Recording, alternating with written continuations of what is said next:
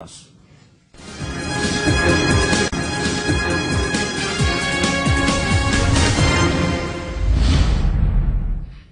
Welcome back. Imran Khan just said that Talibanization is not a threat for Pakistan.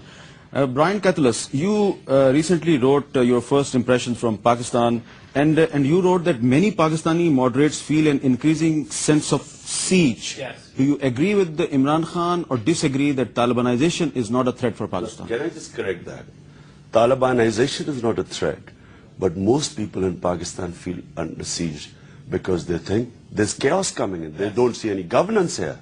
Governance is the challenge here, that even with the Talibanization of certain parts of the country, SWAT and other things, governance is at the core of that challenge. The fact that justice was not delivered in a timely fashion, the fact that the ministries weren't delivering services to the people, what are people going to do when those basic needs aren't going to be attended to? They're going to look for an alternative. So the reason why we talked about the siege, the sense of siege, and this is what we said in that first impression, it's that amongst those who are outside of power, there really was this sense of perhaps the society is becoming a little bit more extremist. We've heard rumors of threats, against women and other things, and this is not just in the northwestern part of the country. It's in places like southern Punjab. We've heard it loud and clear. I don't think, and I agree with Imran, this notion of the Taliban taking over is the problem. I think the problem is a certain mindset taking over because governance is failing, because it's not delivering You are saying goods. Taliban cannot take over Islamabad.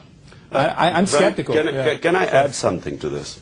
Look, we are not differentiating between two things. There's Talibanization only in certain areas, which is basically SWAT. As far as the Waziristan area is going, the whole tribal area, 7 belts, the Taliban you see are not religious Taliban. They're political Taliban in the sense that when Taliban were in power in Afghanistan, there was no Taliban in the tribal areas because the governance system was intact there.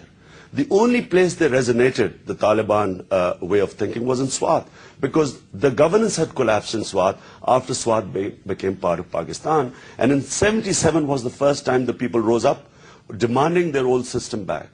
But what is happening in Pakistan is radicalization. You should differentiate. There's the Talibanization, there's a general radicalization, and then there's fundamentalism. We must also understand what fundamentalism is. Fundamentalism is what happened in Lal Masjid, where people feel their way of life is being threatened by an alien culture.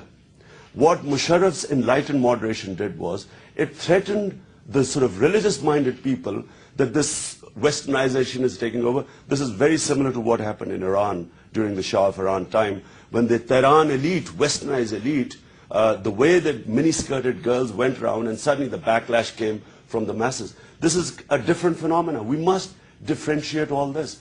But we should not be moving into Dir and Bonaire simply because there's pressure from the US. It should be a homegrown policy that, yes, is there a need to move there? Is military going to solve the issue? But not because suddenly there's a chorus coming from the West that, look, it's going to be swarmed by 60 miles from Islamabad and all that. Right. What does US want from Pakistan? Well, I think first and foremost, the people of America want a better relationship with the Pakistani people. Second, I think the officials in the Obama administration would like to see a plan of the sort that Imran is talking about. I know people who are trying to formulate, for instance, ideas for this development assistance, which we can talk about, because I think there's some real concerns about how this could be used effectively and whether it's actually useful for Pakistan at all at this stage. But sorry for interruption. Right. Brian, sorry for interruption. The people of Pakistan elected a parliament. Yes. Parliament adopted a unanimous resolution. And Parliament said that we will start dialogue and then we will have development. And they also mentioned deterrence. And the Parliament of Pakistan adopted a resolution against the drone attacks. Right. But the United States of America is not ready to respect the unanimous resolution of the Pakistani Parliament. Yeah, well, we need to do a better job at that. And what I'm saying is it's more effective to deal with those differences rather than in public statements, but in closed, quiet diplomacy, a subtler form of diplomacy that isn't just short-term visits by officials coming here for a day or two, but a longer-term engagement. And believe me, I think we have a great diplomatic corps here in our embassy and other places. I think they try to go out and do the best that they can and listen. We need more of that. We actually need better coordination to get on the same page, because I think at the end of the day, and this is just based on our trip here, the last trip, is that many Pakistanis don't see the vision, and I'm talking mostly at the popular level. What they want to get at the end of the day is stability, security, prosperity, and dignity.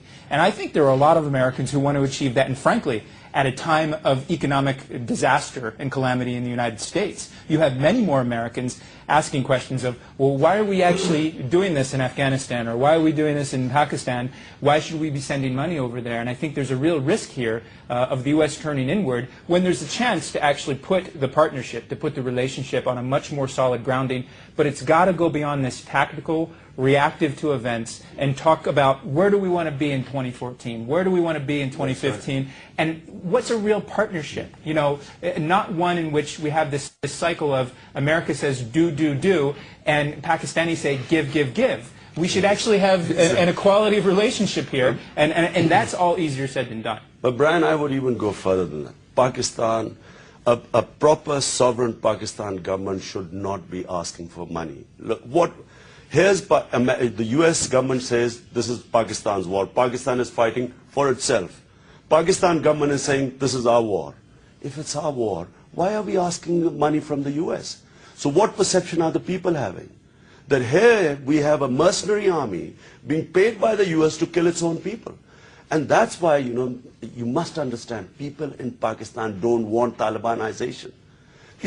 Our culture, I mean, majority of the people, as I said, it's a rural Afghan culture mixed with a fundamental understanding of Islam. But they are against the anti-American feeling is increasing in Pakistan. Simply because, Why? Because our government is perceived to be a stooge of the Americans. No, Imran Khan, please tell us, So, what is the American interest in Pakistan? In other words, in the words of some other people, what is the American agenda in Pakistan? Well, at the moment, on the face of it, it would seem that the US is worried about terrorism, and US suffered on 9/11. Everyone in Pakistan sympathized with the US on 9/11. I was, a political figure, and I can tell you, whether you were on the left or on the right, everyone wanted to support the US. But it's the way the support took place. It's the way, the moment the bombing in Afghanistan started, in the Pashtun belt, there was an immediate anger, and reflected in the MMA sweeping victory. Now when you see ANP winning, remember ANP's slogan was, we will stop Pashtun bloodshed. It's appealing to the Pashtun nationalism. So first the Pashtuns were isolated by the bombing in Afghanistan. Then came Pakistan Army's move into Waziristan, and going into Waziristan with 90,000 soldiers to get how many? Maximum 800 to 1,500 Al-Qaeda. Rather than getting the tribes to do the work for us, and remember these tribes we have had never any problem in our history with the people of tribal area. These people of tribal area have always stood by Pakistan. Even when the Pakhtunistan movement was going on in frontier in Afghanistan, the tribes stayed loyal to Pakistan. These people are our own people. And using helicopter gunships, F-16s, killing your women and children, calling them collateral damage. And then when the backlash comes into Pakistan, we start calling them extremists. There has to be a change of strategy, because we are not winning this. We are radicalizing our country. You know, the radicalization is much more dangerous than Talibanization. Last 2-3 days, Gordon Brown and the US administration is very happy because Pakistan Army have started operation in Dir and Bunair. So this is exactly what I meant, an independent foreign policy. Because what is the perception now? The perception has gone that here's Gordon Brown come in, US officials came in, and here's Pakistan Army now moving in again. But don't you think that Taliban themselves provided an opportunity to Pakistani security forces to launch an operation because they were kidnapping police officials there? Absolutely, absolutely. And remember, the public opinion in Pakistan is against that, against the Taliban. But starting a military operation, we must understand, it has consequences like there are about 30 to 40,000 people now leaving Dir. There are already 500,000 refugees out of Swat. Now, is this the best way to deal with it? In my opinion, we should